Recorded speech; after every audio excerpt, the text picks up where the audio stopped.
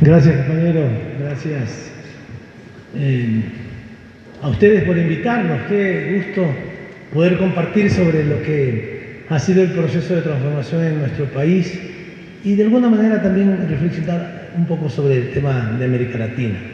Y tal vez quisiera comenzar diciéndoles que me alegra mucho que ahora México forme parte de esta ola de transformaciones en la región, que comenzaron en el 98, básicamente después del triunfo de Hugo Chávez en Venezuela, y después fue así una seguidilla. Cada año, revisen los datos, cada año, 2003 Lula, 2004 Kirchner, 2005 Evo, 2006 Correa, Daniel Ortega. Es decir, año por año se iba dando un triunfo más de un proyecto progresista o transformador o revolucionario. Después lo pueden calificar como ustedes quieran, pero hacia adelante, hacia la historia, hacia el porvenir. Y bueno, luego de eso, en esta década, digamos, casi al inicio de la década, comienzan a darse contraflujos, retrocesos importantes que esperemos. Tal vez algunos de nosotros somos muy optimistas y ojalá tengamos razón, que eso se pueda revertir. El embajador de Bolivia decía hace un momento, tenemos 3 procesos electorales en este año, ojalá los ganemos. Ojalá, no estamos seguros. Pero ese ojalá, que es una linda canción también de la nueva trova cubana, dependerá mucho de nosotros, dependerá mucho del pueblo boliviano, del pueblo argentino, de lo que va a pasar en estos próximos meses, pero también dependerá mucho de ustedes, de los militantes de Morena, no para lo que pase ahora en Argentina y en Bolivia, no, pero para lo que pase acá, ¿en el qué? ¿Cuándo son las próximas elecciones? En el 2021, ¿sí? No son 6 años. No, ya, pero digamos que al 24. Déjennos sobrevivir un poquito más, ¿ya? Pero lo que pase en el 24 depende de ustedes. Y lo que pase después, incluso aunque perdamos las elecciones en el 2024, o incluso aunque nos pase como en el Ecuador, que ganamos las elecciones y un traidor de la peor ralea traicionó no solo a Correa, a la militancia de nuestro movimiento, sino que traicionó al pueblo ecuatoriano porque está gobernando con el plan de la derecha, el plan que perdió. Ganamos las elecciones, pero una traición ha provocado lo que estamos viviendo ahora. ¿Cuáles son las prevenciones que hay que tomar? Esta quiero que sea la razón principal de la exposición que yo voy a hacer. Es una especie de alerta, queridos compañeros y queridas compañeras. Porque ahorita estamos allá, alerta que camina, la lucha de Bolivia por América Latina, la espada de Bolivia por América Latina. Sí, hay que tener esa alerta, porque así como en este momento hay que tener el dinamismo, la fuerza, la valentía, la capacidad, la inteligencia para conducir este gobierno, para conducir este proceso más que este gobierno, porque esto también es una cosa que quiero reflexionar hoy. No es el gobierno, es el proceso de transformación que queremos para México. Es mucho más que el gobierno. El gobierno es una parte importante. No quiero poner porcentajes, pero no es más del 50%. Lo más importante es el proceso de transformación y el proceso de construcción de las bases para que esa transformación se mantenga en el tiempo, para que sea sostenible. Esto es lo más importante. Es como tener un hijo y pensar en sus primeros 6 años solamente y no pensar lo que viene después de los 6 años. No, hay que pensar en el futuro de ese hijo que tengo. Tengo que formarlo para que su vida sea una vida de realizaciones para él, para su familia, que sea feliz, etcétera, etcétera, etcétera. Así tenemos que pensar en las 4T. Y por eso estas reflexiones que hoy quiero yo presentar y luego las vamos a conversar con estos extraordinarios militantes que tenemos, están aquí y yo estoy junto con ellos en esta mesa. Quiero decirles también que me tocó cumplir algunas funciones, me tocó aprender cosas interesantes. Fui ministro de Finanzas en la primera parte de nuestro gobierno, luego coordiné los ministerios de la política, luego fui canciller, ese mayor tiempo, fui 6 años, y luego fui ministro de Defensa. Es muy difícil para un hombre pacífico, para un hombre que busca la paz, ser ministro de Defensa. Yo sé que me están grabando y está bien porque ustedes lo necesitan para sus reflexiones, pero seguramente les va a llegar en algún rato a los militares en el Ecuador. Ser ministro de Defensa es un infierno. Y no tanto porque tengamos problemas con Perú o con Colombia, no, por el infierno dentro, en el interior. Todos aparecen muy bonitos hacia afuera, pero en el interior es terrible y uno tiene que hacer ahí de bombero, de luchador de lucha libre, defenderse por todos los costados, una cosa terrible. Entonces les contaba que cumplí esas varias funciones porque eso también me puede permitir hacer reflexiones de diversa naturaleza. Bueno, voy a contarles brevemente en la primera parte de mi presentación lo bueno que hicimos. Déjenmelo poner así en forma rápida.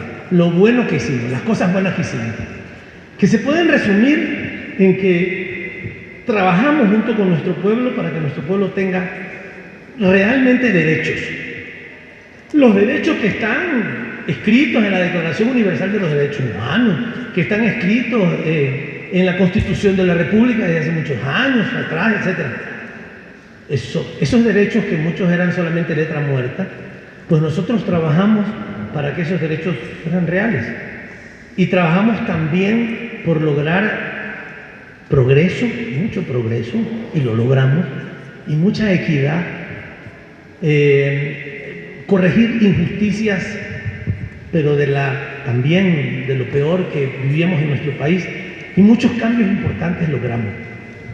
Primera parte de la presentación que voy a hacer. La segunda parte voy a comentarles algo que lo venía diciendo al fijón en la caminata para acá. Nosotros sabíamos que eso incomodaba a las élites del poder y que incomodaba al imperialismo norteamericano,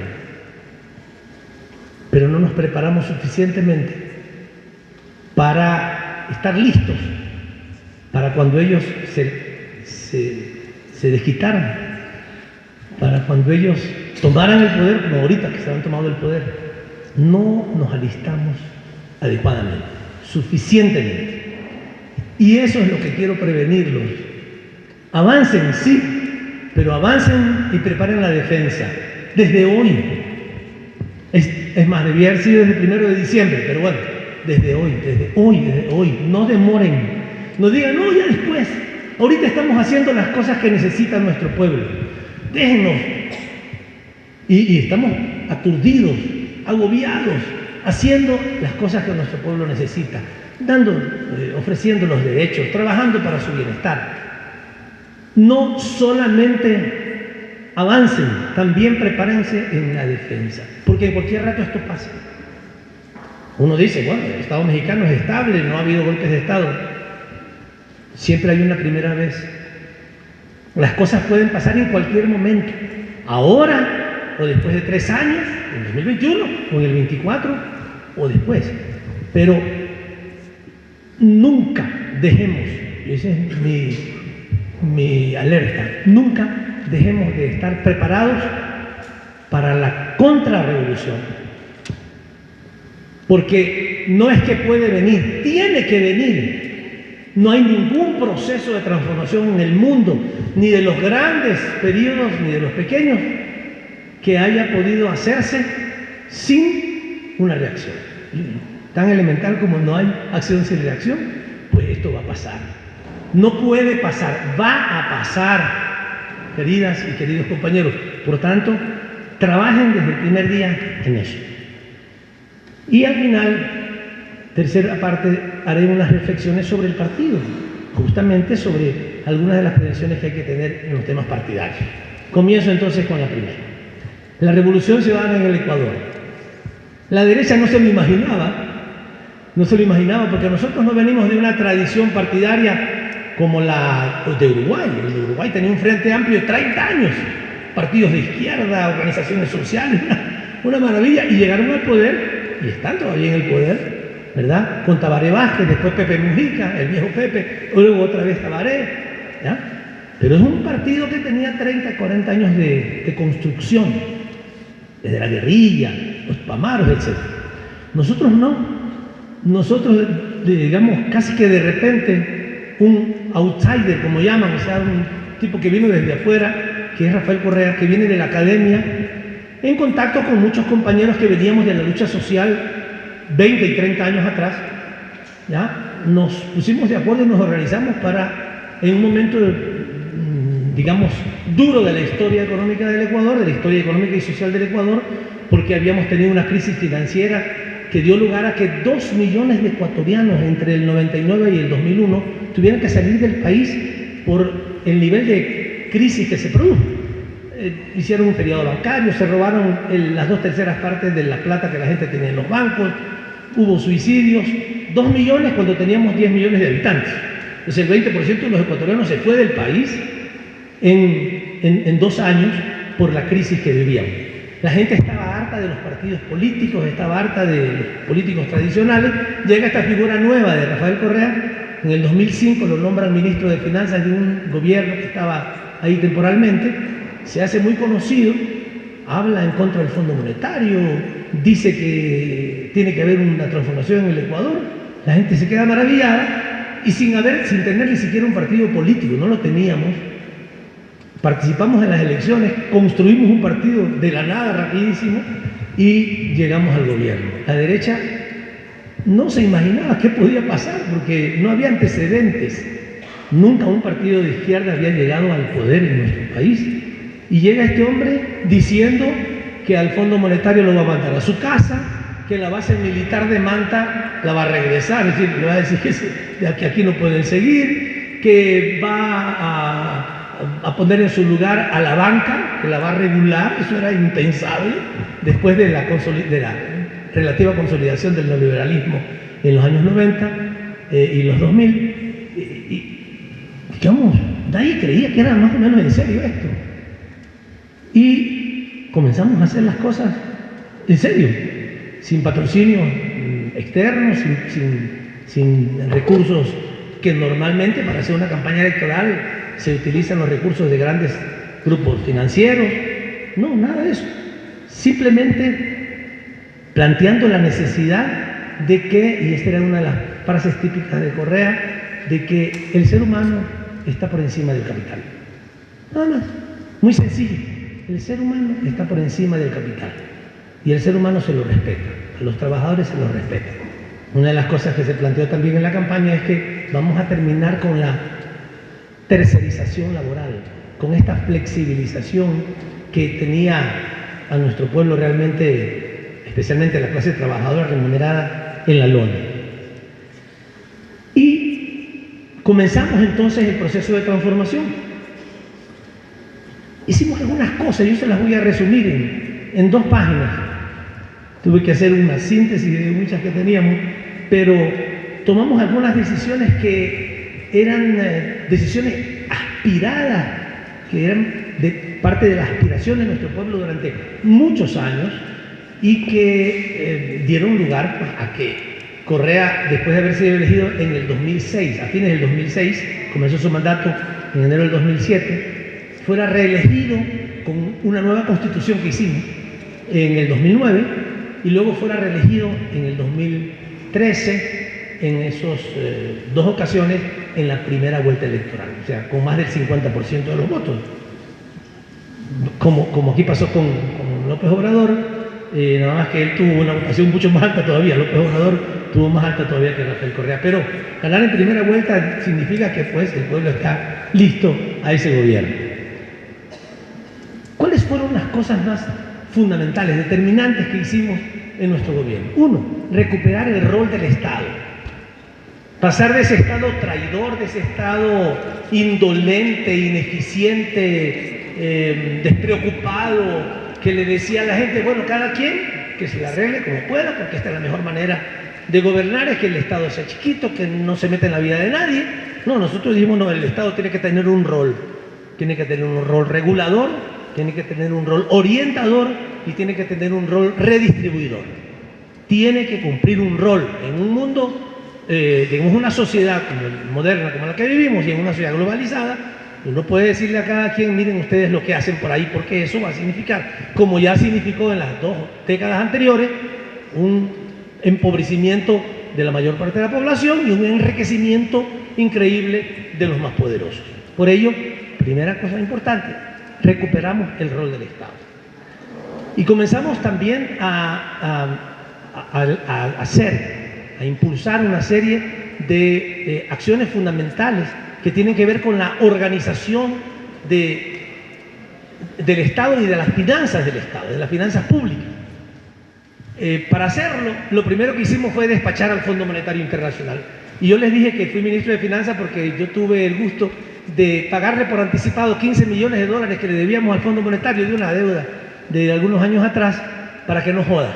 Es decir, le dijimos, señores, aquí están esos 15 millones, ya no tenemos que darle cuentas, no tenemos que rendirles cuentas, porque mientras les estás debiendo todavía tienes que presentar informes y esas cosas. Tengan esos 15 millones y se van a su casa. No los queremos ver más, no queremos que estén hablando en los medios de comunicación. Si ustedes se creen que son cheerleaders de la comunicación, los vamos a regresar a su casa. Así es que quédense calladitos y no nos molesten. Efectivamente, en los 10 años de nuestro gobierno no dijeron una sola palabra. Pero claro, estaban preparándose para lo que ahora están haciendo.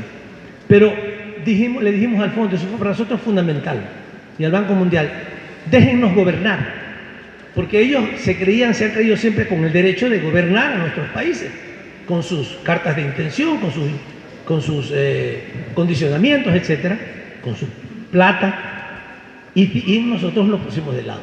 Eso fue fundamental para hacer algo que tiene que ver con lo que les estaba diciendo, cambios en la estructura financiera e institucional del Estado. Para eso tuvimos que también impulsar una nueva constitución, porque la constitución anterior, nuestras constituciones duran poco tiempo, las de ustedes duran más. Nosotros teníamos una constitución en el 98 y la echamos abajo y en el 2008 hicimos una nueva constitución porque el 98 era más neoliberal que el propio neoliberalismo. Por tanto, aquí seguramente harán reformas constitucionales, nosotros hicimos una nueva constitución. Y cosas fundamentales que hicimos. Creamos el Banco del Afiliado. Este era un sueño de los trabajadores ecuatorianos que siempre quisimos tener un Banco del Afiliado. ¿Por qué? Porque nosotros ahorramos todos los meses, pagamos una cuota por parte de nuestro salario, los empresarios también ponen otra parte, ahí se suma y esa bolita de dinero que se llaman fondos previsionales, ¿verdad? La previsión para el futuro, esos fondos estaban depositados por la propia Constitución ecuatoriana y por la ley ecuatoriana, estaban depositados en bancos internacionales, normalmente norteamericanos y europeos, porque la propia ley decía que esos fondos tenían que estar depositados en un banco internacional AAA. O sea, estaba pero así dirigido, pues no podía estar en el Banco de Guayaquil, en el Banco Nacional, no. Tenía que estar en un banco AAA. O sea, dígase en Citibank, en el Chase Manhattan Bank, en el banco holandés, por allá. Y entonces nuestra plata, los ahorros de los ecuatorianos, ¿ya?, estaban depositados allá. ¿Y sabe cuánto ganaban de interés? La tasa de interés que le pagaban era el 0.2%. O sea, no es ni siquiera el 1% anual. 0.2, o sea, una quinta parte del 1%. Ese era el rendimiento que recibía. Por supuesto, si con esa plata, con ese fondito que les decía, se le pagaban a los trabajadores sus pensiones jubilares cuando se jubilaban, o se tenían que construir hospitales porque la seguridad social en el Ecuador también da el servicio de salud, o tenía que hacerse créditos hipotecarios o quirografarios, no alcanzaba para nada, porque esos fondos previsionales casi no crecían.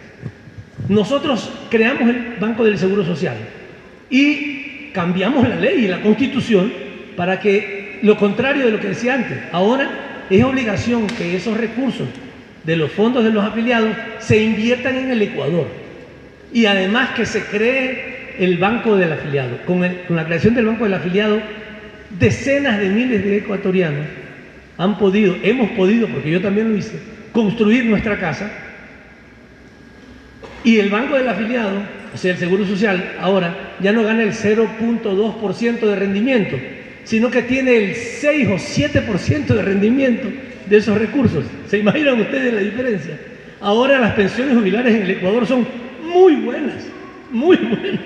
Y hemos construido muchos centros de salud, muchos hospitales con esos recursos, solamente con la decisión de cambiar el depósito de esos recursos. Y antes parecía que no pasaba.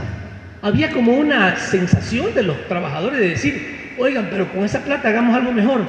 Pero bueno, ya fue un gobierno que planificó estas cosas, el nuestro, que dio lugar a esto. Este cambio provocó que el seguro recibiera muchos mejores rendimientos, que los trabajadores tuviéramos beneficios de muy diversa naturaleza. Les digo yo sinceramente, antes de que existiera, digamos, que nosotros asumiéramos el gobierno, no iba nunca a un hospital del Seguro Social, nunca, porque ya había tenido experiencias con algunas personas a las que había llevado el Seguro Social, y lamentablemente las dos personas, amigas mías, que había llevado anteriormente al Seguro Social, después de eso se habían muerto. O sea, sí, muertos de verdad. ¿Ya? No digo que el seguro las mató, no, pero la atención no era muy satisfactoria. Y yo, desde que las cosas cambiaron ahí, prácticamente no voy a la clínica privada, sino que voy al Seguro Social, porque ha cambiado radicalmente, equipos, todo lo que ustedes se pueden imaginar. ¿Por qué? Porque pusimos los recursos allí. Pero además de eso, esa inversión de miles de millones de dólares en el Ecuador significó un dinamismo de la economía impresionante. Se logró desarrollar mucho la economía porque ese recurso ya era una inversión que se hacía en nuestro propio país. ¿Qué más nos planteamos? Nos planteamos la importancia de cambiar la estructura de los organismos que son los encargados de regular el funcionamiento del Estado. Antes de nuestro gobierno, digamos, la Comisión de Comercio Exterior, un organismo sobre comercio exterior que tenía que decidir los aranceles, las normas técnicas, etcétera, para el ingreso de mercancías y para el ingreso y salida de mercancías, estaba en manos prácticamente de los empresarios de la banca, de los empresarios, perdón, del comercio exterior. Entonces se regulaban ellos mismos, lo que significaba, por supuesto, hacían lo que les daba la gana y utilizaban a los organismos públicos en su beneficio. El organismo, la agencia de transporte, estaba prácticamente dirigida por los transportistas. Entonces, ¿qué regulación iba a haber con ellos? No había regulación que pensara en el bien común, sino que pensara en el bien de las personas que estaban ahí. Una cosa es que haya representación de ellos, una cosa es que se les pueda consultar, pero la regulación tiene que ser del Estado. Esto tiene que ver con lo que les decía inicialmente, el rol del Estado. Estos organismos entonces comenzaron a tener, cambiamos su estructura para que sea el Estado el gobierno que ha sido elegido por el pueblo, el que defina cuáles son las políticas públicas que tienen que hacerse. Volvimos a la planificación nacional. Un organismo de planificación que se había creado en la década de los 60, cada vez fue despachándose más, lo fueron convirtiendo en nada, y nosotros revalorizamos la importancia de la planificación en el Estado ecuatoriano, y eso fue fundamental, porque se guiaba el gobierno y también el Estado en base a las orientaciones, a los objetivos de desarrollo humano y de lo que nosotros hemos llamado el buen vivir, la sociedad del buen vivir, en la planificación nacional, que era de obligatorio cumplimiento para los organismos del Estado ecuatoriano. No es que planificábamos todo, no es que la fábrica de corbatas tenía que obedecer a la planificación, no, de ninguna manera. Nosotros no creemos en eso. Nosotros no creemos que toda la producción, el aparato productivo tiene que obedecer a un plan nacional, no. Pero sí tiene que haber una orientación. Y las políticas públicas de incentivos y de desincentivos sí tienen que estar de acuerdo a una planificación que tiene, a una orientación hacia una sociedad del futuro. Pero, por supuesto, las actividades productivas están en manos mayoritariamente del sector privado. pero existía en nuestro gobierno una planificación. Ahora, lamentablemente, cerraron la Secretaría de Planificación con este nuevo gobierno traidor. Aprobamos esa nueva Constitución en donde, les decía, el rol del Estado fue establecido, la planificación nacional, las rectorías públicas y la redistribución de la riqueza nacional. ¿Cuáles fueron los resultados en favor de la población? También, en un paso telegráfico, logramos tener un Estado eficiente. Solo les pongo un ejemplo. En el Ecuador, en nuestro gobierno, yo era canciller, ministro de Relaciones Exteriores, y tú llegabas a la oficina para tener un pasaporte y salías con tu pasaporte sellado, firmado, con tu foto, pagado lo que hay que pagar, después de 20 minutos. No estoy diciéndole 20 horas, 20 minutos. Desde que entrabas a la oficina en donde se emitían los pasaportes, en 20 minutos salías con tu pasaporte. Antes de nuestro gobierno, yo me acuerdo que tuve que ir a hacer algo de eso, tenías que hacer cola desde las 10 de la noche anterior para ganar turno, y si no, alguien que se ponía en la fila llegaba más temprano, le pagabas por haberse aguantado la fila, y te pasabas 1, 2, 3 días y cuántas semanas para que te den un pasaporte o un papel de la Cancillería. Pero a esos niveles de eficiencia llegamos. Para sacar una cédula de identidad, aquí no tienen cédula de identidad, pero la cédula de identidad ustedes entenderán lo que significa, que te identifica como ciudadano ecuatoriano. Antes había, era la corrupción generalizada, un asco el lugar en donde te atendían, y nosotros teníamos el criterio, ese es el criterio que Correa siempre te decía: lo público, lo mejor. Lo público, lo mejor. Incluso en la entrada, en la banqueta, en la pintura, en los baños, cosas que no puedo decir, pero son nimiedades. No, son muy importantes, porque tiene que ver con la autoestima de un ciudadano. Antes tú llegabas a un hospital público y lo reconocías fácil, porque no tenía pintura, porque estaba toda corroída el piso, porque los baños no podías entrar porque tenías que entrar con una máscara antigases. Así eran nuestros hospitales públicos, lamentablemente. Y yo les digo, como hago mucho deporte, siempre me rompo un pie o tengo alguna ligadura, algún problema, y tengo que ir a cada rato al hospital público a que me reparen. Y siempre entraba al baño. Y yo lo he dicho así, perdonen, puede ser que una cosa que no sea muy importante para algunos, pero para mí sí. Nunca, de las veces que entré al baño público, estaba maloliente. Qué importante que eso para la gente, entrar en un lugar y ser respetado. Ser respetado es que te den un servicio de lo mejor, de la mejor calidad. Logramos un Estado muy eficiente. No quiero decir perfecto, no, tampoco, pero muy eficiente. Y una cosa muy importante, desconcentrado y avanzando hacia la descentralización. Eso nos permitía no solamente mejorar la distribución del ingreso que vamos a hablar más adelante, entre ricos y pobres, para decirlo fácil, sino también entre regiones, entre la capital y las provincias, como se llama, ¿ya? Porque al descentralizar el Estado, logramos que hasta el pueblito más apartado del país tenga agua potable, tenga carreteras, tenga mejor servicio sanitario, tenga asfaltadas sus calles, etc. Esto fue muy importante. Estado eficiente, desconcentrado y descentralizado. El tamaño de la economía creció, yo creo que no tanto como Bolivia. Los bolivianos han logrado un récord impresionante, pero en gran medida porque también nosotros utilizamos, les conté esto del seguro social, de los fondos provisionales, pero hicimos algunas otras cosas importantes. Y en esto me enorgullezco yo porque a mí me tocó presidir esa comisión. Hicimos una comisión de auditoría de la deuda externa de nuestro país. Una comisión de auditoría. Ustedes pueden haber escuchado que alguna gente ha hecho esto. Es el primer país en el mundo que la hizo. Nunca un país ha hecho oficialmente una auditoría de su deuda externa. Porque hacer eso, cuando un país hace eso, tiene el riesgo que nos pasó a nosotros, de que te conviertas en un paria en los organismos financieros internacionales, porque estos señores, dueños de las finanzas del mundo, se creen dioses, ¿verdad? Y que nadie puede dudar de sus cuentas, nadie puede dudar de sus deudas. ¿Y a quién se le atreve? Y realmente a nadie se le había atrevido antes. Se han hecho auditorías ciudadanas, pero no una auditoría oficial. Y nosotros hicimos una auditoría oficial. Yo era el ministro de Finanzas y yo fui el presidente de la Comisión de Auditoría.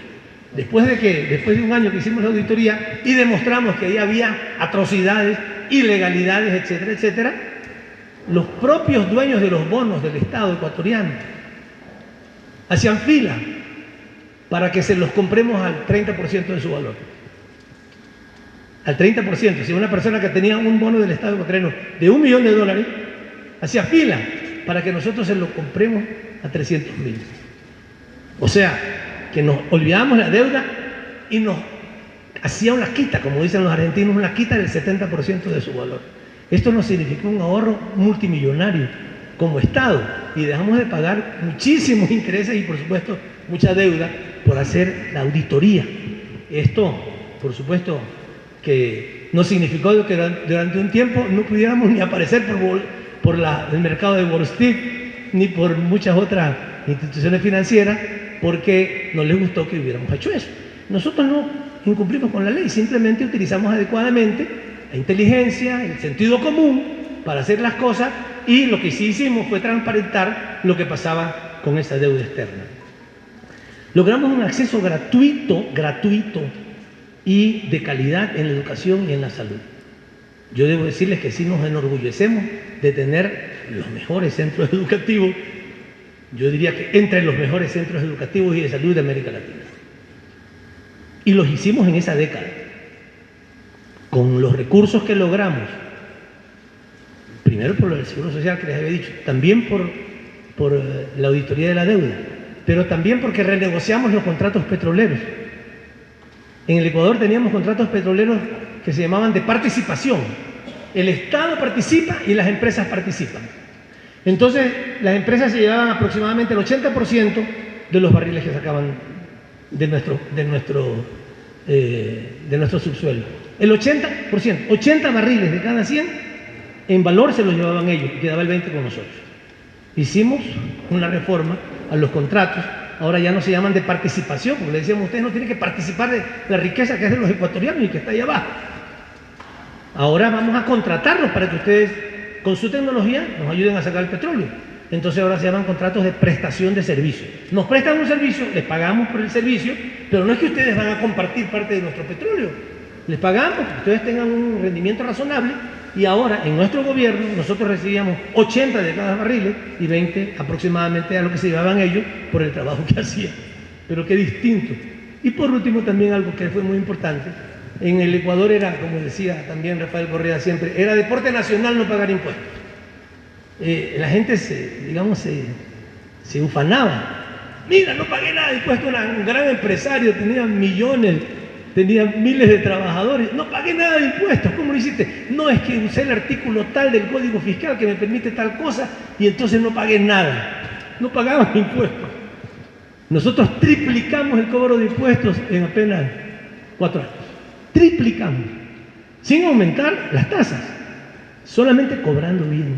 Bueno, con todo esto pudimos hacer lo que les estoy contando, si no, de buena fe y de buena voluntad no se hacen las cosas, pero pudimos hacerlo porque hicimos estos cambios en la estructura del Estado. Educación, salud, nosotros le llamamos, ya no le llamamos escuelas, sino unidades educativas del milenio. Los hospitales, les digo sinceramente, ojalá no los acaben de destruir ahora, pero uno entra a un hospital del Ecuador, de los que construimos nosotros, y dice, ¿dónde estoy? O sea, esto parecían hospitales del primer mundo, de verdad. No solo los reestructurados, sino los nuevos, los equipos, la configuración, las dimensiones, la atención, claro. Todavía en medicina hay que vamos a mejorar mucho, porque estamos hablando de la infraestructura, pero igual también trabajamos mucho en eso y logramos que la educación y la salud sea absolutamente gratuita, y la educación incluso hasta la universitaria. del primer nivel. O sea, a la licenciatura que le llaman aquí. Allá en el Ecuador no pagas nada hasta llegar a ser licenciado. ¿Ya? Somos más exigentes que antes. ¿Ya? En términos de que hay que dar un examen para entrar a la universidad, pero hay condiciones para que te prepares y vuelvas a hacer una y otra vez, no sé. Pero somos más exigentes, evaluamos a las universidades, las calificamos. En el Ecuador las universidades son A, B, C y D. El de la D está por cerrar. El de la C tiene que mejorar, si no también la cerramos. Y el de la A y la B está bien. Y entonces teníamos institutos politécnicos que están, digamos, los mejores evaluados en el Ecuador, que eran públicos, pero entrar, tener un año ahí eran, no sé, $5.000, 100.000 pesos para poder estudiar ahí un año, algunas carreras, ¿no? Todos se convirtieron en absolutamente gratuitos. Y eso permitió un cambio fundamental en la expectativa de la gente, por un lado, y en la realidad. Mucha gente que no podía ir a la universidad porque sus padres no iban a poderle pagar, pues, además de todos los, digamos, los gastos normales en transporte, en los libros, etcétera, en pagar la cuota de la universidad. Ahora esto cambió. Derechos laborales, les decía, la tercerización, la precarización laboral, yo no puedo decir que la terminamos, pero el 80% de precarización se terminó en el país. Antes en el Ecuador te ponían en una empresa, en otra empresa, te cambiaban el contrato, te tenían periodos de prueba y finalmente no podías tener posibilidad de tener un sindicato, de tener estabilidad laboral, que te paguen las utilidades anuales, porque en nuestro país se pagan utilidades anuales a los trabajadores de la ganancia anual de la empresa, el 15% se reparte entre los trabajadores, porque como no trabajabas en una empresa, porque te pasaban de una a otra ficticiamente, entonces no se podía tener derecho a esos, no se podía tener acceso a esos derechos. Eso lo cambiamos. La afiliación al Seguro Social. También era un deporte no afiliar a la gente al Seguro Social.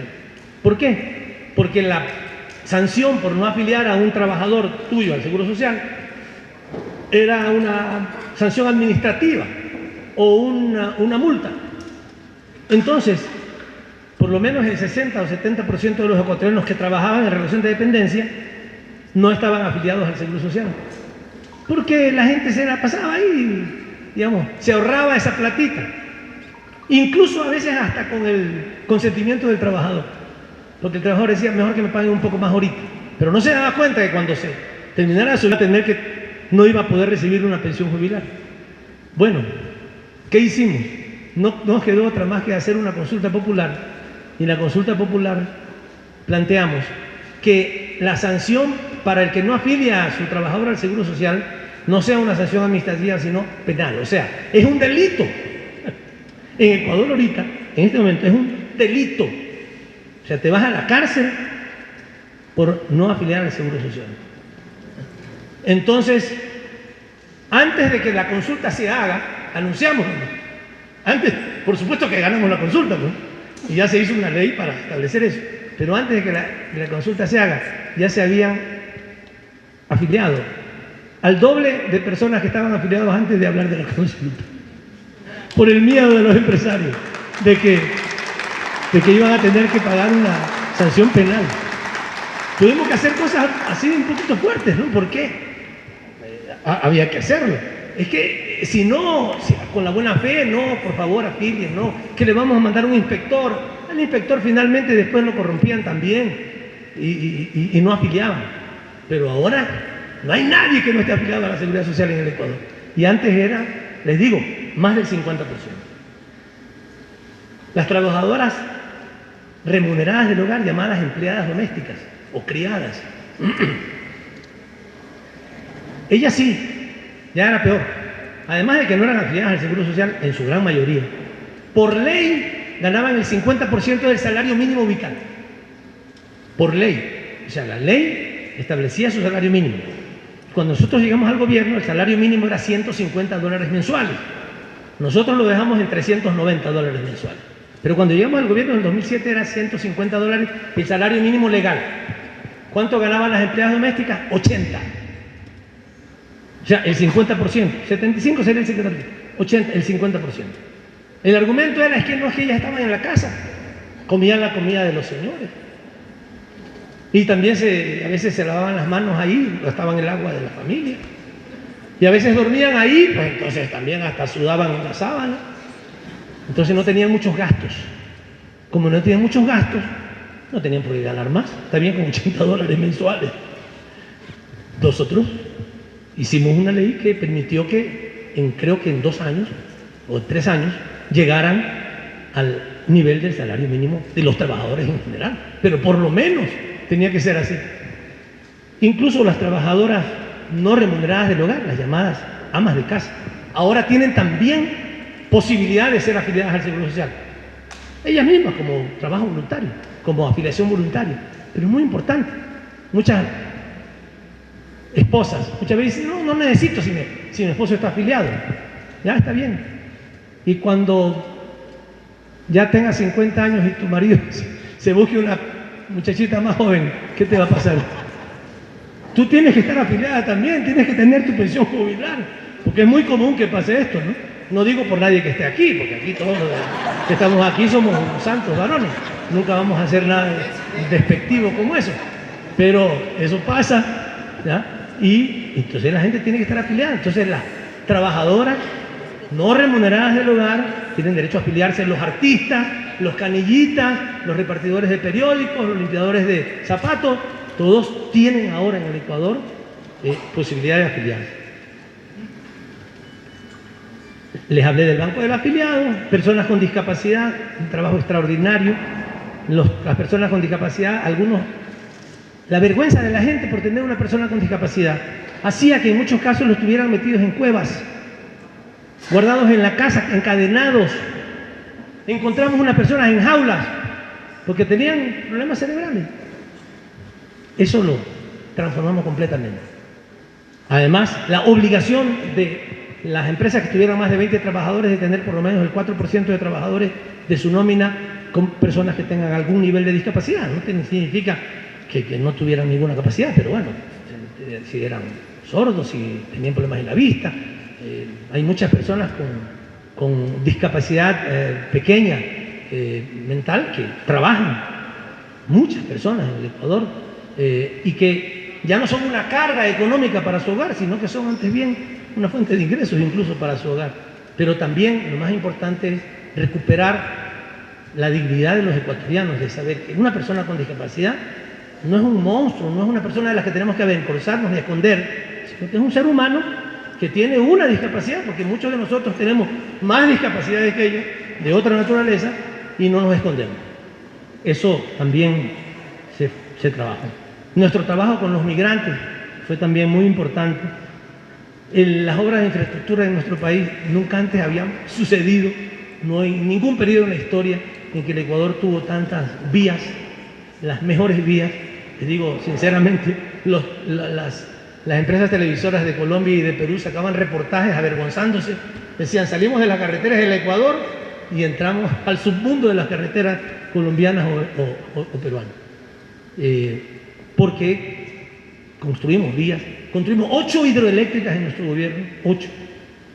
Con lo cual pasamos de tener el 50% de energía eléctrica de base hídrica, a tener el 94% de base hídrica ahora. Con lo cual, por supuesto, ya no quemamos combustible fósil. Derechos de la naturaleza, con esto termino los elementos positivos, porque después voy a las alertas, ¿no? de lo que hicimmo. También en nuestra Constitución por primera vez pusimos que la naturaleza tiene derechos. Y ustedes dirán, no, pero si todo el mundo aquí es ecologista y es ambientalista, sí.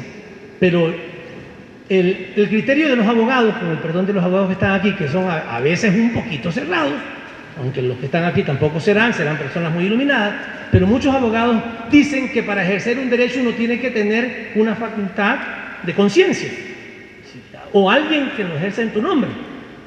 Y entonces la naturaleza no podía tener derechos. Si las personas pueden tener derecho a un ambiente adecuado, pero la naturaleza no. Nosotros somos tercos y dijimos, la naturaleza tiene derechos. Nosotros tenemos que respetar los derechos de la naturaleza. Y la naturaleza tiene que preservarse y tiene que restablecerse, y sus ciclos vitales tienen que tanto respetarse como restablecerse. Esto fue también un paso muy importante, porque para la doctrina jurídica le chocó muchísimo que nosotros estableciéramos que la naturaleza tiene derechos. Sí, ¿y quién hace ejercer esos derechos? La ciudadanía, a través de las vías de participación popular, etcétera, etcétera, pero la propia naturaleza tiene ya derechos por sí misma. Bueno, hasta aquí un poco un resumen de lo hecho en este periodo, y verán que yo lo digo con mucha pasión porque a mí me tocó ser parte de esta construcción. Y mucho de esto lo hicimos con la participación de la ciudadanía. Nunca antes hubo tanta participación en el Ecuador. La Constitución del 98, la anterior que les digo que existía, ¿saben dónde la hicieron? En un cuartel militar.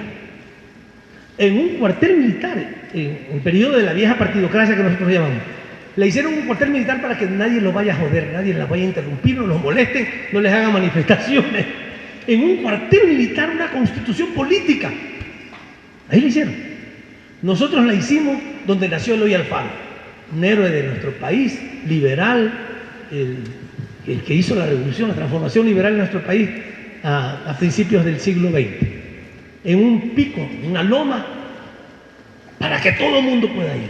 Y cada artículo lo discutíamos con miles de personas, de organizaciones, de universidades, de sindicatos, de asociaciones, etc. Y logramos una gran participación de la ciudadanía para elaborar el texto de la Constitución, más allá de que después la sometimos a la consulta para que sea aprobada. Y muchas leyes, incluso en la Constitución decían, para hacer una ley tiene que tener participación social y popular y ciudadana y tiene que discutirse. Y eso lo hicimos. Hasta aquí estoy diciendo las cosas bonitas. Las organizaciones sociales, muchas se adhirieron, algunas no. ¿Por qué les afectamos sus intereses? Ustedes saben que muchas organizaciones sociales también tienen intereses, son gremios muy cerrados, algunos son mafiosos, y entonces no se van apoyan con cualquier gobierno en cualquier condición. Sin embargo, este trabajo, este acercamiento con la ciudadanía, fue un acercamiento todavía muy superficial, ¿ya? No se consolidó, no tuvimos raíces en esa relación con las organizaciones sociales.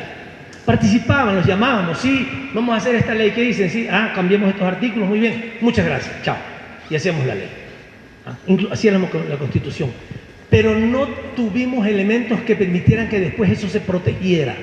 No trabajamos, no desarrollamos mecanismos para proteger esos derechos en las propias leyes y en la propia Constitución. Hicimos un organismo que se llamó el Consejo de Participación Ciudadana, pero que realmente no logró cumplir ese propósito. Pero, y esta es la segunda parte de la exposición que les decía, después de decir todo esto que estuvo muy bien, derechos, bienestar, etcétera, todas las cosas buenas que pasaron.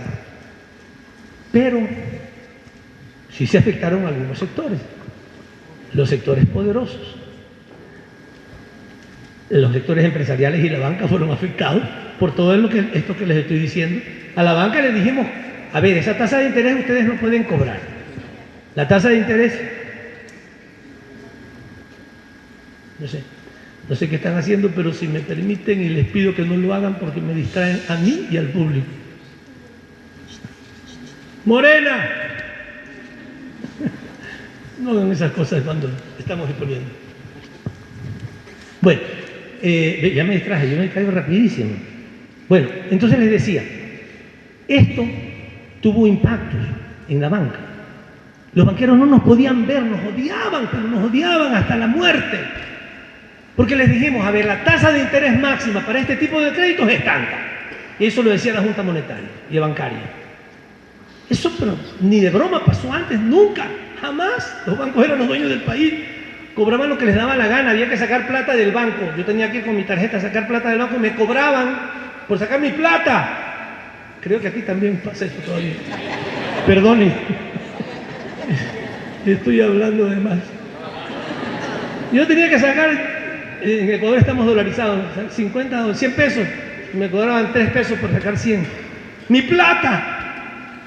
No, es que por usar la máquina, no jodas, entonces que me dé el cajero, pues. Voy a donde una ventanilla. No, pero así es. Esto pasaba. Ya no. Si es el banco en que uno tiene su plata, me cobren ya. Si es en otro banco, pues, puedo entender que tiene que hacer una transacción. Pero... Y así, las tasas de interés máximas son estas y estas. Y les poníamos condiciones. Por entregarte la libreta, el estado de cuenta en tu casa, te cobraban. Por todo te cobraban. Les pusimos condiciones. Incluso tenían mucha de la plata ahorrada de los ecuatorianos en el exterior. Así parecido a lo del seguro social que les decían, el fondo provisionales. Bueno, previsionales. Estos también, los banqueros tenían, por si acaso, porque no estaban muy seguros de lo que podía pasar en el Ecuador, tenían mucha plata afuera y no había suficiente plata para crédito. Hicimos una ley que establece un índice de liquidez doméstica bancaria. Y entonces tienen que tener un determinado porcentaje de los recursos depositados en su banco, en el Ecuador. Y una parte la pueden tener en el exterior, sí, porque tienen que hacer transacciones, lo que sea, pero no pueden tener tanta plata. Todo eso hizo que esta gente no estuviera contenta y estuvieron siempre poniendo cizaña para echarnos abajo. Claro, como les hicimos pagar sus impuestos, también, no se imaginan, incluso sectores de la clase media, especialmente profesionales, porque también en el Ecuador, además de los empresarios medianos y grandes, que muchos no pagaban impuestos, muchos, pero también muchos profesionales, especialmente ingenieros, economistas, médicos, que una consulta te cobran 2.000 pesos, y que varias consultas al día, ponle al mes, ganaban a veces más que grandes empresarios, médicos profesionales de prestigio. Está bien que ganen si vienen iluminados, vienen estudiando en Harvard y en las mejores universidades del mundo. Está bien que ganen bien, nadie les quita que ganen, pero paguen impuestos, pues. Tienen que pagar impuestos. No pagaban nada, nunca daban factura, nunca, jamás. Ahora tienen que dar factura. Si no, le cerramos su consultorio y ya todo el mundo se puso alerta. Pero todo eso hizo que mucha gente no estuviera contenta con estas cosas que hicimos. Creamos una superintendencia de control del mercado para evitar los oligopolios y los monopolios. Incluso los supermercados. ¿Qué le llaman supermercados? ¿No? Un centro comercial, pero estos que como Mega y esto más, Superama, ¿no? A los de la economía popular y solidaria, los pequeños productores que no tienen, digamos, leche Lala o Alpura o esas cosas, ponían sus productos ahí en la parte final del supermercado. Nosotros les pusimos la obligación de que el 20% de sus perchas en la parte frontal tienen que tener productos de la economía popular y solidaria. Es decir, para que también la economía popular y solidaria creciera, o sea, de la persona que hace su cesta de teja, que hace su queso criollo, etcétera, tenía que estar en las perchas. Para eso hicimos una superintendencia de control del poder del mercado, imagínense, hasta donde nos fuimos nosotros. Bueno, los salarios de los trabajadores por primera vez llegaron a comprar la canasta familiar, ¿ya? Porque en todos los años de nuestro gobierno los salarios crecieron bastante más allá que la inflación. Todas estas cosas hicieron que los sectores empresariales, las élites del poder y las élites bancarias se sintieran muy molestos con lo que nosotros hacíamos. Pero también los dueños de los grandes medios de comunicación. Yo sé que aquí también están en esa disputa. Lo veo a nuestro querido presidente hablando de los fifís. Allá le llamamos los pelucones.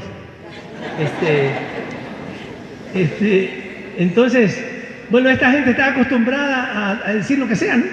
En la prensa, a mentir, a sesgar, a ocultar información, lo que fuera. A hacer, digamos, matanzas mediáticas, ¿no? Acribillar cuando querían acabar con un ministro, antes de nuestro gobierno, 3 titulares de los periódicos y el ministro se iba. Con Correa podían pasarse un año con titulares del periódico y el ministro con más razón se quedaba. Entonces los tipos tampoco estaban contentos con nosotros, porque además cada semana, en eso López Obrador es un genio porque lo hace cada día. Es un salvaje, perdonen el término, don Andrés Manuel, que le haya dicho eso, pero ya ustedes se pasen. Yo, mi respeto, porque yo algo que decía yo, si fuera alguna vez presidente de la República, que ojalá nunca me toque, yo no voy a hacer esos enlaces de Correa de todas las semanas, de 10 de la mañana a 1 de la tarde, porque no es el enlace, es la preparación del enlace. Se reunía 3 veces con su equipo para preparar y hacer, era una clase, una academia, es una clase académica, pero con el mayor nivel de capacidad pedagógica que tenía Correa para explicar en 3 horas lo que había sido la política pública del Estado en esa semana. ¿Ya? Yo decía, no, y ahora que lo veo a López Obrador, digo, ya es un titán, eso es fantástico, es fantástico. Bueno, cada semana Rafael Correa, el sábado, desmentía un montón de porquerías que decían los medios de comunicación, ¿ya? Y entonces se develaba lo que era verdad. Y la gente incluso en las semanas quedaba tranquila, no, ya Rafael el sábado los aclara. ¿Ya? Lo cual no es bueno, ya les voy a explicar por qué, pero eso pasaba. Y como ya no hacían caso, porque les decíamos, a ver, usted dijo algo contra mí, pero es mentira, aquí está, le demuestro. Usted dijo que yo, no sé, no fui a trabajar una semana y que yo soy un vago, soy un ministro vago. Aquí está el certificado de que fui a trabajar todos los días de la semana. Aquí está la verdad, póngala. Entonces, si pusieron en primera página que yo era un ministro vago, si les daba la gana, ponían en 3 líneas en la última página, el ministro Patiño dijo que está en desacuerdo con lo que nosotros dijimos. Nosotros hicimos una ley que ellos, claro, enseguida le llamaron la ley Mordaza, ¿no? Como siempre dicen eso.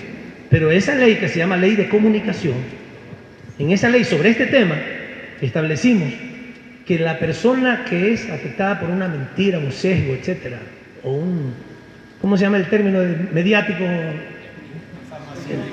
Que te acababa mediáticamente. Es un término que usamos en el Ecuador. No es Facebook, pero es como que te acribillan en conjunto, todos los medios te sacan el aire. Linchamiento mediático. Linchamiento mediático. Es decir, como no hacían caso, en la ley establecimos. Si hay algo que se dice y que una institución o una persona está en contra de lo que se dice, el periódico tiene la obligación de sacar en el mismo espacio, con el mismo tamaño, lo que esa persona dice. Pero no solamente eso, sino que la persona o la institución puede diagramar lo que va a salir. Ustedes se imaginan, un día salió en una revista una cosa contra la seguridad social, contra el director del Seguro Social. La portada entera. La siguiente semana, la portada entera la hizo el director del Seguro Social. Eso es matarlo, pues, a un medio de comunicación. Aceptar que otra persona diagrame su medio en la parte correspondiente, pero como pusieron en toda la página, entonces el derecho del director del Seguro Social era diagramar toda la página. Y él hizo una nueva página diciendo que esto es mentira. Esta gente nos odia también, porque ¿cómo le vamos a hacer eso? Además de otras cosas, por ejemplo, establecimos que no puede, eso en la Constitución y en las leyes, que no puede un medio de comunicación tener otros medios de comunicación. Si tienes un periódico nacional, no puedes tener también televisora y no puedes tener radio, no puedes. Si tienes, y además de eso, no puedes ser dueños de otras empresas que, por el tema del conflicto de intereses, porque si no, no puedes informar. Igual digamos, el conflicto de intereses sigue, pero por lo menos no pueden tener otras empresas. Los bancos no pueden tener medios de comunicación. Cuando nosotros llegamos al gobierno, de los 7 canales de televisión nacionales, 5 eran de los banqueros. ¿Cuándo podía salir algo serio contra la banca? De todas las atrocidades que hacían, de los robos que hacían, nunca. ¿Por qué? Porque eran dueños de los medios de comunicación.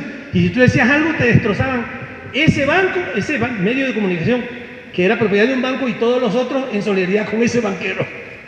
Entonces, ahora los bancos no pueden tener acciones en medios de comunicación, y los medios de comunicación tampoco en la banca. Entonces, ese es otro grupo afectado. Otro grupo afectado son las Fuerzas Armadas y la policía. Sobre esto no voy a hablar mucho, eso hay que hablarlo más en forma un poco más reservada, pero son temas también muy importantes. Fuerzas Armadas y policía, el poder represivo, ¿ya? De esto no se puede hablar mucho en público, peor con tantas grabaciones. El gobierno norteamericano, ese sí, desde el primer día. ¿Qué hicimos? Cancelamos la base militar de Manta. Pregúntese cuántas bases militares en el mundo han sido canceladas por gobiernos. Les dejo de tarea, vayan a internet. Bases militares que gobiernos las hayan echado, gringas, que los gobiernos les hayan dicho se van a su casa. Yo lo que sí recuerdo es que algún primer ministro japonés que ofreció en una campaña hacerlo, tuvo que renunciar antes de hacerlo. Nosotros lo hicimos. Le dijimos se van a su casa. Terminamos con la influencia del Fondo Monetario y el Banco Mundial, que es la manera en que los gringos tienen, no los gringos, el gobierno norteamericano, tienen el poder sobre nuestros países. Les negociamos la deuda externa, le dimos asilo a Julian Assange. Después de unos pocos meses,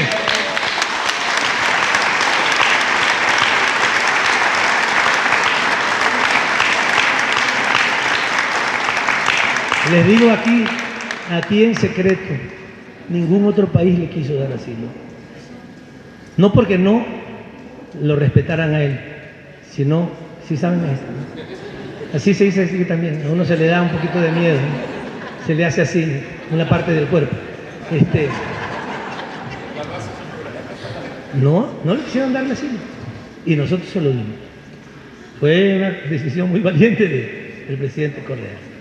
Declaramos persona no grata a la embajadora de los Estados Unidos en el Ecuador porque mintió sobre Correa. Yo la llamé y le dije, señora, a ver, usted dijo eso porque Wikileaks sacó un cable que la señora decía que Correa había puesto de jefe de la policía a una persona porque era corrupta. Como era corrupta, entonces lo iba a tener aquí del cuello. O sea, Correa iba a poner a un corrupto para tenerlo controlado. Estúpido. Bueno, eso lo puso en un cable. Le dije, señora, venga acá, siente, bonita. Señora, usted puso eso en el cable. Yo no puedo responder cosas que tienen que ver con nuestra diplomacia. Muy bien, señora, hasta luego. Y en la tarde, eso fue en la mañana, en la tarde le mandamos a decir que se tenía que ir a su país y que ya no era más embajadora en nuestro país.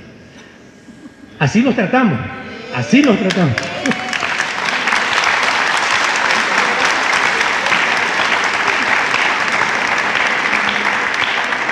Lo que me quiso decir es que sí lo había dicho, pues, porque si no lo hubiera dicho, me dijo, no, yo sería incapaz de decir eso de su presidente. Pero sí lo dijo, ¿no? Esa es una manera que los diplomáticos contestan, saliéndose. Expulsamos al representante del Banco Mundial también porque hizo una porquería allí. Y expulsamos a un grupo militar. Ellos no solamente tenían la base de Manta, tenían un grupo militar en la embajada.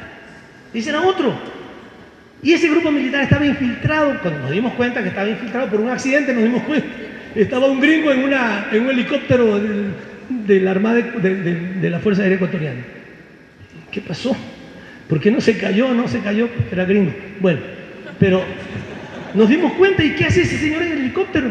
No es que es del grupo militar. ¿Qué grupo militar si ya la base de Manta se fue? No, es que ellos tienen un grupo militar en la embajada. Grupo militar. 50 personas de un grupo militar que estaban infiltrados en la policía, en las Fuerzas Armadas, en todos lados estaban metidos esos gringos de porra. A eso sí no les dimos en la tarde, les dijimos que sus hijos terminen de estudiar el curso porque faltaban 2 meses y se van a su casa. Pero, o sea, los gringos no estaban muy contentos con nosotros y ahora se están desquitando, desgraciadamente. Bueno, tuvimos una política internacional, no les voy a hablar sobre esto. Hace un rato hicimos una pregunta sobre UNASUR. Creamos UNASUR. Ustedes no se imaginan lo que eso significa para los sudamericanos. Nosotros fuimos liberados del poder español por Simón Bolívar, que soñaba con la unidad no solo sudamericana, latinoamericana en general, pero particularmente sudamericana. Nosotros tuvimos incluso la Gran Colombia.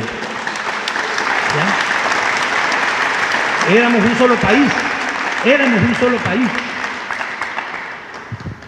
Y bueno, después, ya las divisiones que conocemos, y creamos UNASUR, la Unión de Naciones Suramericanas, en el año 2008. Comenzamos a estarse un poco antes, pero ya Cuando nosotros estábamos en el gobierno, afortunadamente las condiciones llegaron al nivel de hacer UNASUR, la Unión de Naciones Suramericanas. Los 12 países suramericanos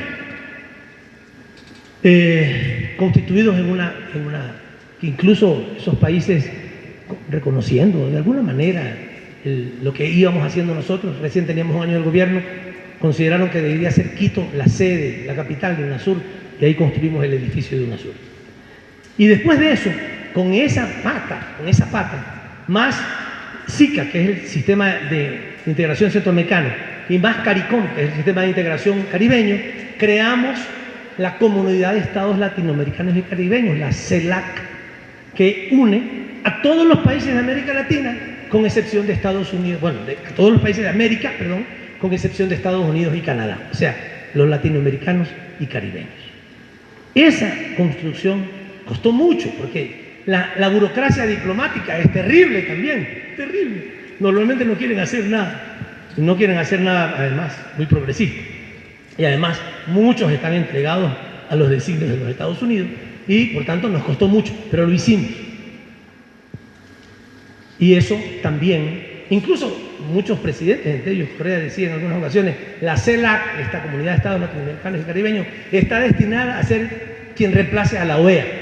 Ustedes conocen algo sobre la OEA, pero la OEA ha hecho cosas devastadoras, cosas terribles, entre otras cosas sacar a Cuba, validar los golpes de Estado, las dictaduras, el tratado supuestamente tratado de apoyo recíproco, interamericano de apoyo recíproco, por si acaso alguien nos ataca, y que en el caso de las Malvinas debió haber sido utilizado, no se utilizó para ese efecto. O sea, la OEA ha sido un desastre. Bueno, queríamos nosotros que la CELAC fuera justamente quien sustituyera a la OEA, sin Estados Unidos y sin Canadá. Pero eso al gobierno de los Estados Unidos, por supuesto que tampoco les gustaba, porque ellos tienen la OEA en su casa, la sede está en Washington, sus funcionarios, la segunda al mando es una norteamericana, aunque ellos no han firmado casi un montón de los tratados de la OEA, ni los de derechos humanos, ni nada, ni se acogen a la Corte Interamericana de Derechos Humanos, ni a nada que se les ocurra. Pero ellos, sin estar comprometidos, son los que mandan en ese organismo. Esto fue lo que nosotros no entendimos, que todos estos enemigos que construimos en estos 10 años, aunque la mayor parte de la población ecuatoriana valora, apoya el proceso que hicimos y votó por él, porque ganamos las elecciones en 2017, que después Lenín Moreno nos traicionó. Sin embargo, ellos iban a devolvernos la pedrada. Estos grupos de poder de los que he hecho mención, iban a hacer. Entonces, uno se pregunta, bueno, ¿qué nos faltó por hacer? Yo también tengo que ser delicado en las cosas que digo, porque he sido parte del proceso y se pueden herir susceptibilidades, queridos colegas nuestros. Pero, ¿qué cosas nos faltó por hacer? Uno, darnos cuenta de que fue una inocentada de nuestra parte. Esperar que ellos respetarían por lo menos lo que hicimos, ya que después de eso nos persigan, nos metan presos, lo que sea. Sí, puede ser, estamos preparados para eso, pero que reviertan lo que hicimos. Es increíble lo que están comenzando a hacer. Pensamos que iban a respetar las escuelas del milenio, no, las están abandonando para hacer escuelas de un profesor para 7 alumnos. Pensábamos que iban a respetar el proceso de integración de UNASUR. Ya votaron a UNASUR del edificio que construimos para UNASUR. Pensamos que iban a respetar la decisión que tomó el pueblo ecuatoriano en la consulta popular de que en el Ecuador no habrá nunca más una base militar extranjera. Ahora no es una base militar fija, ahora es temporal. Se permite que los aviones aterricen, los aviones militares gringos aterricen en nuestro país para ayudarnos a combatir el narcotráfico. Y ahora, no se rían, que es en serio, y ahora le hemos entregado las Islas Galápagos. Nuestras islas es nuestro patrimonio, es lo más sagrado que tenemos como territorio, es un territorio único en la humanidad. Las Islas Galápagos, donde Darwin fue a conocer para hacer su famoso libro sobre la evolución de las especies. Ahora les han dicho que sí, que pueden ampliar el aeropuerto y aterrizar ahí para abastecerse de combustible. Eso están haciendo. Y a propósito de la risa, por supuesto que tienen toda la razón de reírse. Porque nosotros no tenemos una sola base militar. La que teníamos la botamos. Y no tenemos una hectárea de producción de coca. Ni una. No lo digo yo que fui ministro, no, lo dicen las Naciones Unidas. Desde los satélites, no hay una hectárea de producción de coca.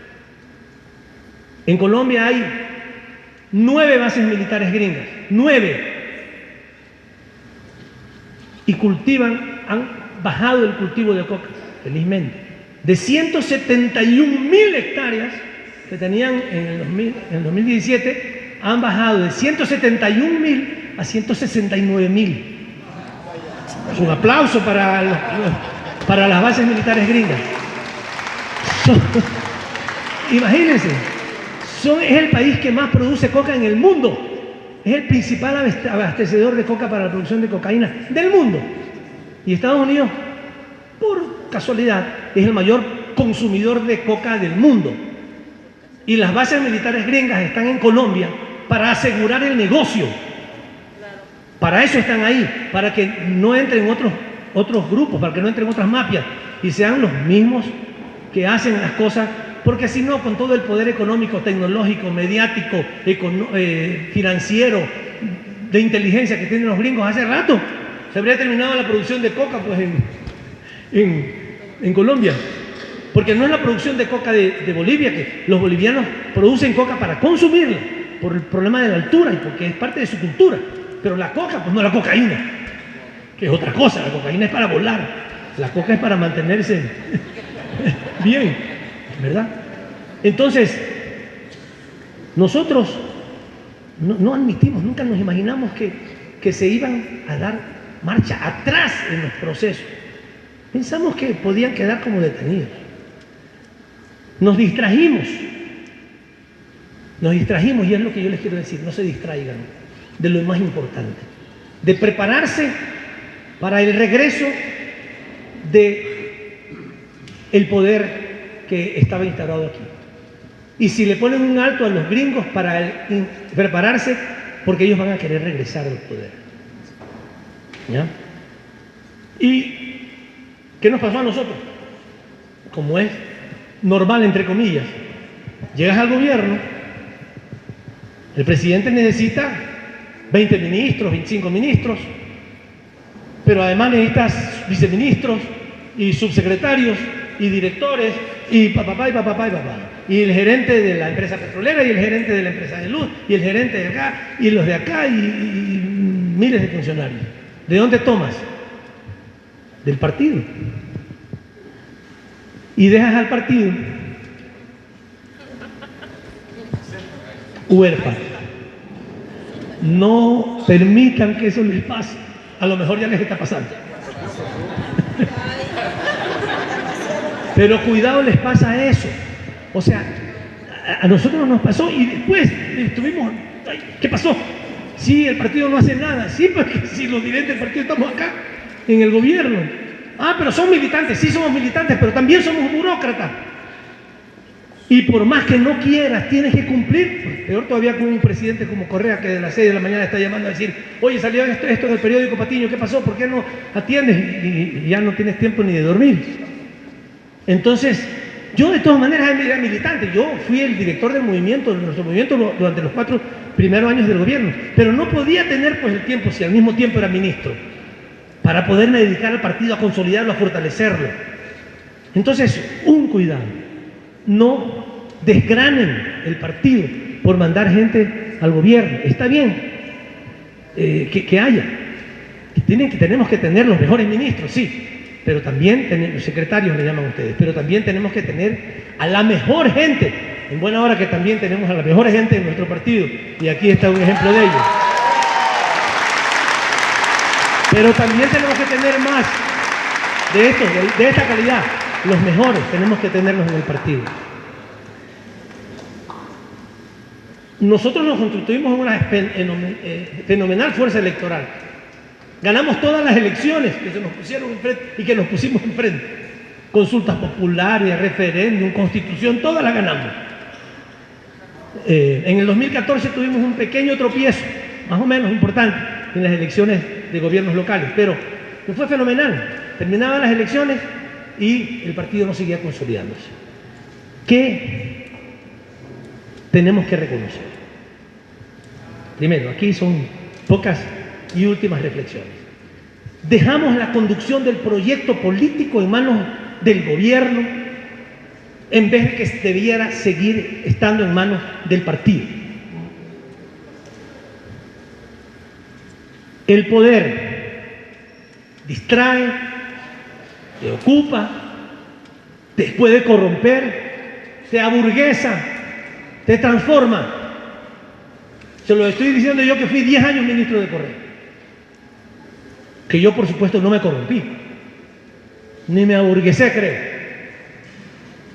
Pero uno se acomoda, especialmente pasando un tiempito, uno se comienza a acomodar, ya comienza a no estar tan contento como antes, estando pisando lodo en las calles con la gente, comiendo en su casa. Ya muchos de nuestros ministros no hacían nada de eso. Peor aquellos que no eran militantes antes, porque algunos de nosotros, yo tenía 25 años militando en las calles y luchando y quemando llantas y con la clase obrera y en sus huelgas, entonces a mí me era más natural mantenerme, digamos, en condiciones de humildad. Pero aquellos que llegaron de repente por su gran intelecto, pues, y finalmente, aunque no quisiéramos, en ellos estaba también la conducción del proyecto político. Y eso nunca lo permitan. Insistan en que el partido tiene que seguir siendo el que conduce, así como ha conducido durante tiempo. Ya sé que ustedes son una alianza, son un partido que se conforma a partir de unas alianzas, etcétera. Eso yo no voy a entrar en ningún detalle. Pero por favor, la organización política, para decirlo, la organización política tiene que tener la conducción del proyecto político para que no se desvíe, no se desvirtúe. No le pase como a mí me pasó en una conversación que tuve en una discusión más o menos de este tipo, pero con los funcionarios del gobierno. Una congresista nuestra, una diputada, que me dijo, yo le decía, pero señor, compañeros, tienen que estar luchando con la gente del pueblo. En algunas provincias vemos que ustedes no se levanta la gente y tienen problemas. Y ella, una diputada, me decía, Ricardo, pero entiéndeme, yo soy parte de este proyecto político. Por eso, con más razón, tú tienes que estar con tu pueblo. ¿Pero qué quieres que haga si el señor de la empresa de almacenamiento de productos agrícolas del Estado, que les ofreció comprarlos a los productores el maíz, no se los compra? Pero tiene que comprárselos, pues. Es su obligación, es importante para ellos, para que tengan recursos. Sí, pero no sé qué hacer. Anda, reclámale. No, es que si le reclamo, me van a denunciar con el gobierno y van a decir que yo soy traidora. Ahorita con el pueblo, porque no lo estás defendiendo. No te importa traicionar a ese burócrata. Traiciónalo al burócrata. Que se moleste, que se cabree, que te expulsen. Que te expulsen. Y cuando dije te expulsen, dije, esta señora está ganando $5,000, son 100,000 pesos. 100,000 pesos mensuales. Que te expulsen, la podría expulsar por traidora del Congreso y dejaré de ganar 100,000 pesos mensuales, que seguramente no los va a ganar en su trabajo regular. Cuidado, ahí cuando le decía el aburguesamiento, ¿no? El acomodarse, porque también nuestros diputados pueden acomodarse a las delicias del poder, porque el poder tiene sus delicias. Y yo no estoy hablando de porquerías, porque también podemos hablar de las faldas y de la corrupción. Entonces no estoy hablando de porquerías. Estoy hablando de alguien que se mantiene más o menos en el proyecto, pero que se acomoda un poquito. Ya las porquerías sí, esas hay que expulsarlas de frente. Pero esas cosas no podemos permitir que nos pasen. Ustedes tienen que ser los fiscalizadores de sus funcionarios. Ustedes tienen que cuidarla. Perdonen el término, es muy bonito, digamos, innecesario. La pureza del proyecto. Cuiden el proyecto. Los funcionarios no lo van a hacer, porque si yo estoy cometiendo un error como ministro, Normalmente no lo voy a aceptar ante el presidente, no lo voy a aceptar. Por mi orgullo, por mi autoestima, por mi familia, por lo que sea, por el espíritu de cuerpo, no lo voy a aceptar. Y los funcionarios, especialmente los burócratas más acomodados y más dañinos, nunca lo van a aceptar. Y eso corroe el proyecto político. Entonces, desde la burocracia no esperen que esto pase. Solo va a pasar desde la militancia. Desde la militancia, los militantes. Y eso es feo. Porque es feo decirle a un ministro, o a un secretario de Estado, o a un funcionario público: oiga, usted es un indolente, usted es un despreocupado, usted está haciendo que ese hospital no funcione bien, usted es un sinvergüenza.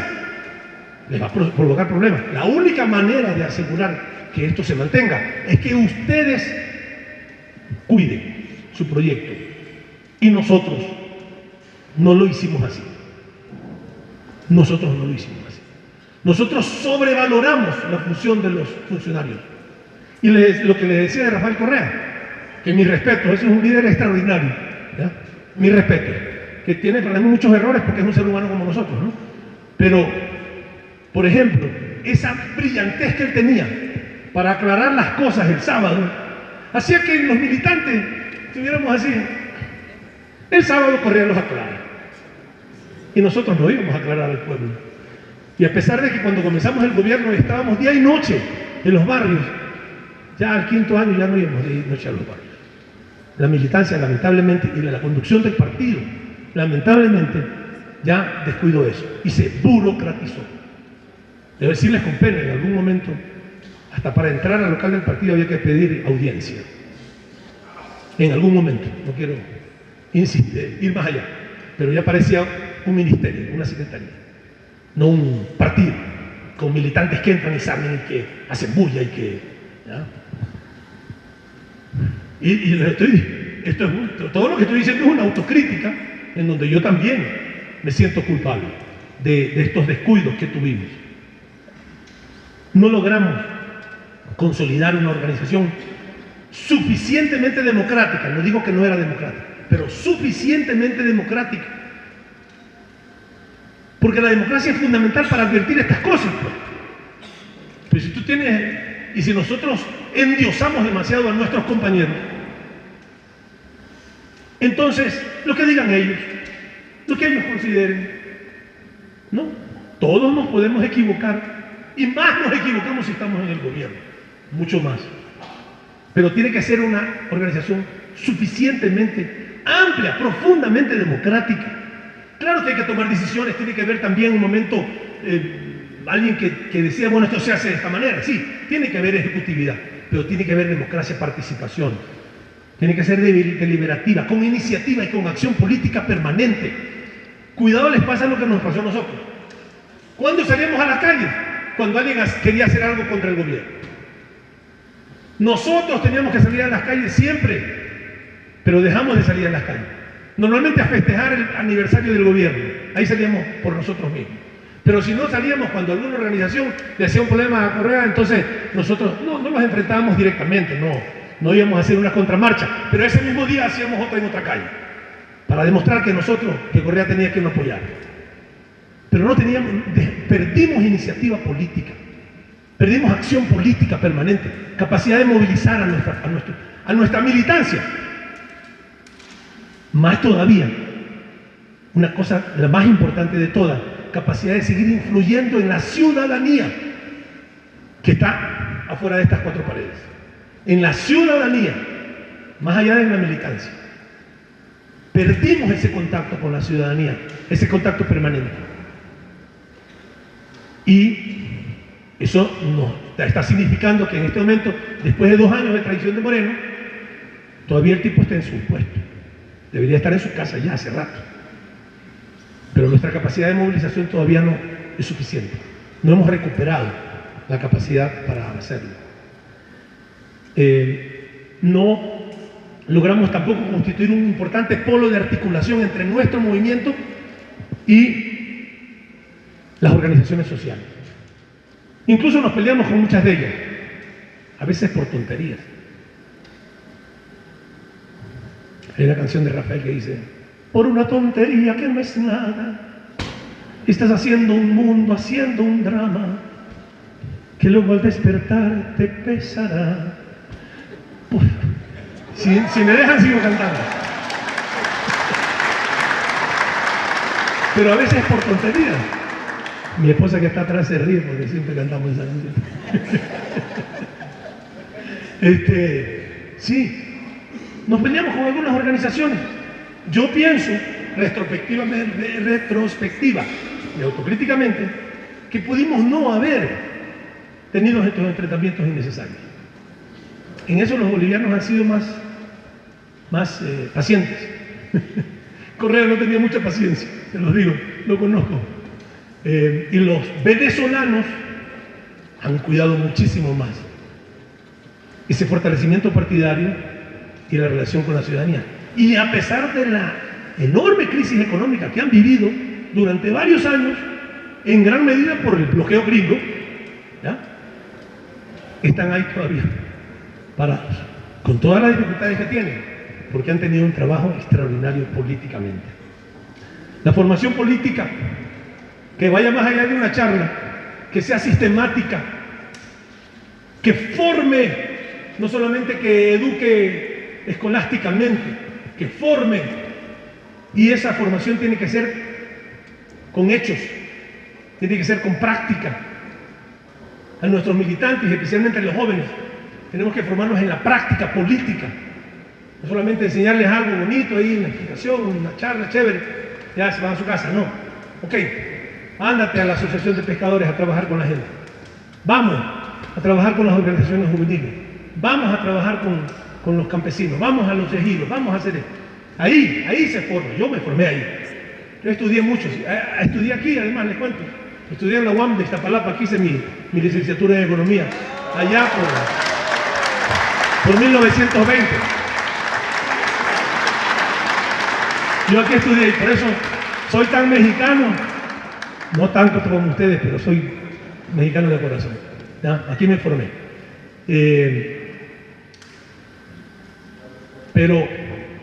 Y después fui a Nicaragua cuando triunfó la revolución nicaragüense. Ahí aprendí que muchas cosas que estaban en los libros no servían mucho, ¿no? Ahí aprendí en la práctica con un campesino analfabeto que yo le decía que teníamos que socializar la tierra y mandó a la mierda, ¿no? ¡Estúpido! Pero el libro de Lenin dice eso. ¡Dame mi pedazo de tierra! Ahí se aprende de verdad. No digo que no hay que estudiar, hay que estudiar, y hay que estudiar mucho, sí, pero ahí se aprende a hacer las cosas de verdad, y se aprende a respetar, y se aprende a respetar a nuestro pueblo, se puede respetar el trabajo, ahí se aprende. Bueno, la formación política, en buena hora que está en manos de ustedes, pero tengan algunos cuidados, que sea formación de verdad, integral, de todo tipo, y especialmente en valores, hay que trabajar mucho en eso. Bueno, Pedro Miguel me hizo así, 3 dedos en la mesa, significa que ya no puedo continuar, porque la verdad, en buena hora que estaba terminando, y consolidar, termino con esto, consolidar la relación con los sectores productivos. Cuidado con esto de decir que todos los empresarios son enemigos, cuidado, porque además no lo son parte de la sociedad. Las grandes élites sí, esas son enemigas, esas no van a estar nunca con nosotros, nunca. No, eso no. Es el caso de Fidel, que tenía mucha plata en su familia y que se hizo revolucionario, esas son las excepciones de la historia, ¿no? O de Engels, ¿no? Los empresarios grandes, las élites, los poderosos, que están además aliados con los gringos, contando plata todo el día, eso nunca van a ser nuestros amigos. Pero los productores medios sí, los sectores medios, los sectores pequeños, los productores de la economía solidaria, popular, los artesanos, los vendedores de chicles, los trabajadores informales, los que tienen una despensa, una tienda, esos son nuestros aliados. Los pequeños productores son nuestros aliados y tenemos que trabajar con ellos. No solamente tolerarlos, trabajar con ellos, son fundamentales, porque el poder que yo les decía hace un momento, de aquellos que tenían el poder antes, que nosotros les arrebatamos una partecita del poder este es un tema que ya merece, por supuesto, otras conversaciones. El poder no está en el gobierno está un pedacito del poder. Nosotros estamos jugando la pelota 10 años ahí, haciendo maravillas, metiendo goles. Trajimos a Messi, nos ayudó y metemos más goles y reserva internacional y todo. Los dueños de la cancha y de la pelota seguían siendo los dueños de la cancha y de la pelota. Entonces el poder financiero sigue en manos de la finanza. Nosotros los regulamos, sí, pero ellos siguen estando los dueños de la plata. Los dueños de los medios de comunicación los regulamos y los controlamos, pero siguen siendo los dueños de los medios de comunicación. Las Fuerzas Armadas y la policía siguen estando en manos de los mismos. La iglesia sigue cumpliendo un rol también muy, muy importante en el cerebro y la mentalidad de la gente, en el corazón de la gente. Y los gringos siguen siendo los dueños de, bueno, ya no son tan solitos, pero son casi los dueños del mundo. Eso tenemos que entender, tenemos que trabajar para construir un partido político fuerte, suficientemente democrático, consolidado, con acción política, con iniciativa política y absolutamente conectado con la sociedad. Absolutamente. Nosotros tenemos que tener un hilo indestructible con la sociedad. Todo lo que demás hagamos es por gusto. Podemos hacer 1000 conferencias como esta, entre nosotros, y la repetimos entre nosotros mismos y a los otros compañeros militantes. Si no estamos en un lazo indestructible con la mayor parte de la sociedad, léase sociedad en general, ciudadanos de a pie, y los productores del país, los medianos para abajo, que son el 90%, el 80% de la producción nacional, si no logramos eso, esta transformación